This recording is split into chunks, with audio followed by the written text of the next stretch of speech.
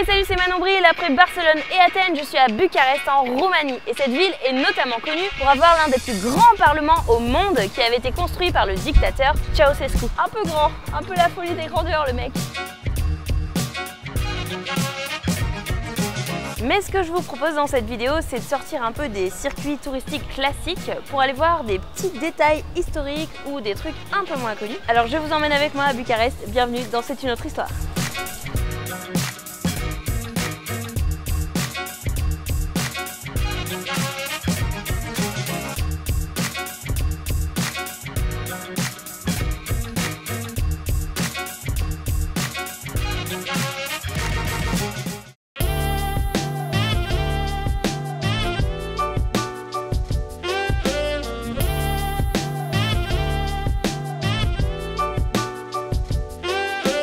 À Bucarest, vous pourrez vous promener dans les rues, découvrir des petites galeries et des petits passages qui portent les marques de l'histoire de la ville. Celui des parapluies suspendus est maintenant très connu, mais celui-ci l'est un peu moins et il est pourtant tout autant digne d'intérêt. Nous voici dans le passage des Anglais qui date de 1885 et qui tient son nom de l'hôtel anglais qui se trouvait à l'extrémité de celui-ci. Celui-ci a ensuite abrité une maison close en 1900.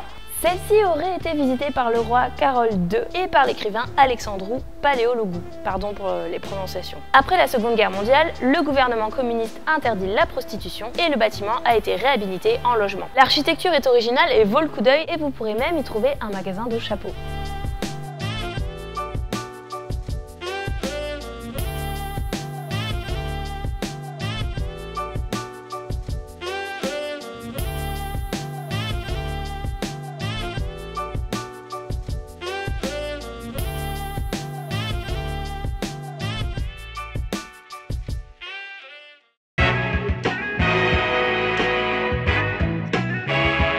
Bucarest possède de nombreux musées, mais l'histoire et même le passé bien plus ancien de la ville peut se voir ailleurs jusque dans les aménagements urbains. Par exemple, si vous allez dans la station de métro Polytechnica, qui conduit à l'université, juste derrière moi là, où des tonnes de gens passent tous les jours, vous pourrez passer devant des fossiles préhistoriques vieux de plusieurs millions d'années. En effet, la station de métro a été construite en 1983 et les matériaux ont été extraits de la montagne Apuseni qui était sous l'eau autrefois. Donc dans la station de métro, sur les parois et sur le sol, vous pourrez admirer des fossiles de coquillages, coraux et autres animaux marins. Un chercheur de l'université de Bucarest aurait rappelé que toutes les stations de la ville sont en fait fabriquées avec ces matériaux, mais c'est apparemment dans cette station qui sont les plus visibles. Dans les autres, ils sont trop dégradés. Les chercheurs estimeraient que ces fossiles ont vraiment une grande valeur scientifique et le constructeur du métro envisage peut-être de mettre des panneaux pour indiquer ce patrimoine ancestral. En tout cas, c'est rigolo de s'amuser à scruter ces petits détails de la station. Quand vous rentrez dedans, prêtez attention aux parois et au sol.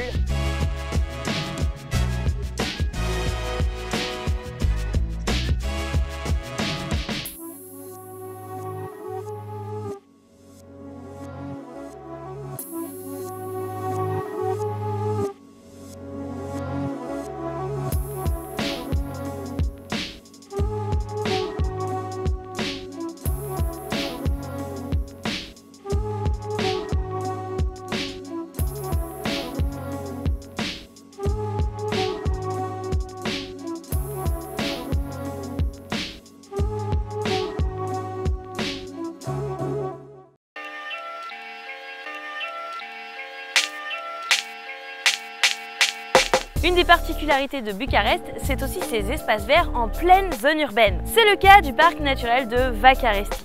Stylé!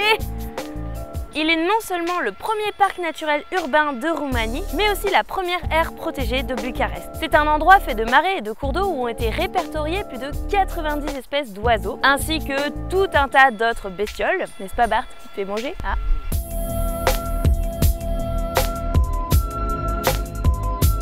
Ici aussi, l'art s'invite et le patrimoine culturel est mis en valeur entre nature et créativité. L'endroit est protégé par une association et en 2017, ils ont demandé à des artistes de construire des œuvres d'art qui servent aussi d'abri pour les animaux, les insectes, etc. Donc on a par exemple des hôtels à insectes, donc des œuvres avec des petits trous, des conduits, etc. Des petits coins où les insectes peuvent venir se cacher. Et ces réalisations sont conçues pour interpeller le citadin qui vient renouer un peu avec la nature et qui peut participer un peu aux œuvres d'art aussi en mettant par exemple des brindilles, des fleurs dans les petits trous, etc.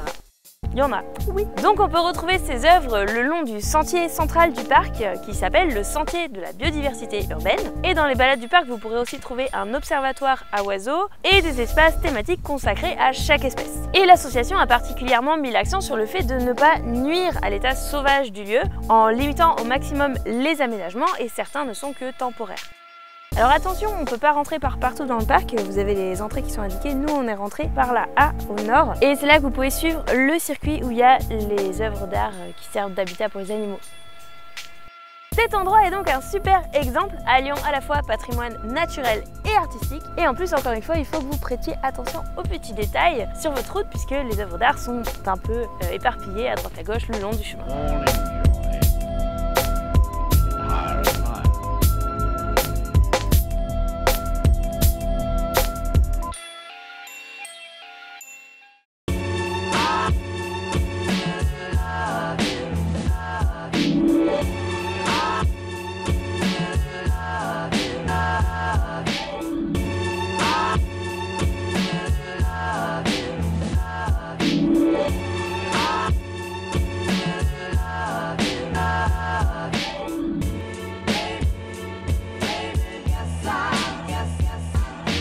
Et comme dans chaque destination, j'ai donc un local qui va nous présenter un endroit qu'il aime dans la ville en particulier. Et aujourd'hui, je suis avec Mihai. Hello, I'm Mihai. I'm a photographer and I'm here with Manon tonight to present you the most beautiful library ever. So it's in Bucharest. It's called Cărturești Carousel. It's this beautiful place. Why do I like it so much? First of all, it's many things. It's a library, it's an art gallery, it's a bistro, it's a multimedia space. Second of all, it sort of shouldn't exist here. If you look at it now, you wouldn't think that outside these doors, we're in the old city center, where it's full of clubs and pubs and tourists and everybody. And this is such an escape from that world. For 20 years, this building was literally in ruin. It was in danger of collapsing. Before that, for 50 years, it was a clothing shop. Before that, for 100 years, it was a bank. So shouldn't look the way it is. And then you have the architecture, really rare for Romania, really special for us. And it fills me with hope somehow.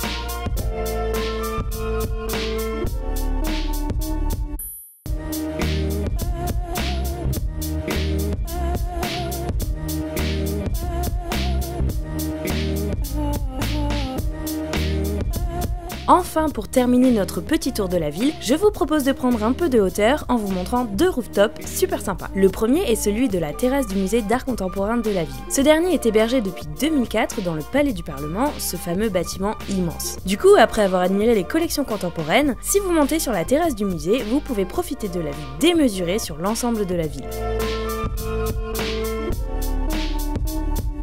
Et le deuxième endroit m'a été montré par Mihai, il s'agit du Pura Vida Sky Bar. Pour y accéder, il faut prendre une toute petite rue et monter plein de marches pas dénuées d'humour, comme vous pouvez le voir. Tout en haut, c'est hyper agréable et quand on y était, il y avait même un petit festival de cinéma.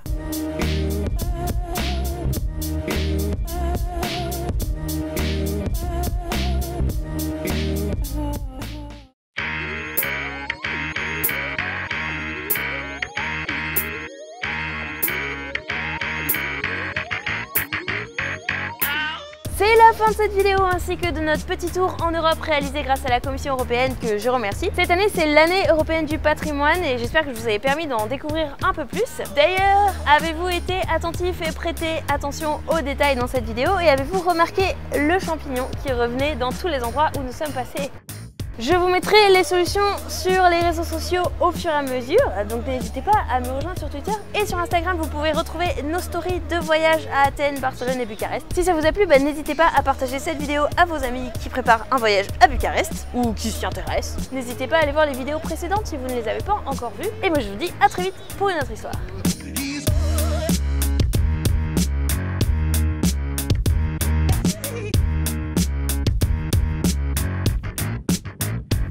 Avez-vous prêté attention aux détails et avez-vous remarqué que ce champignon revenait dans tous les endroits où nous sommes passés?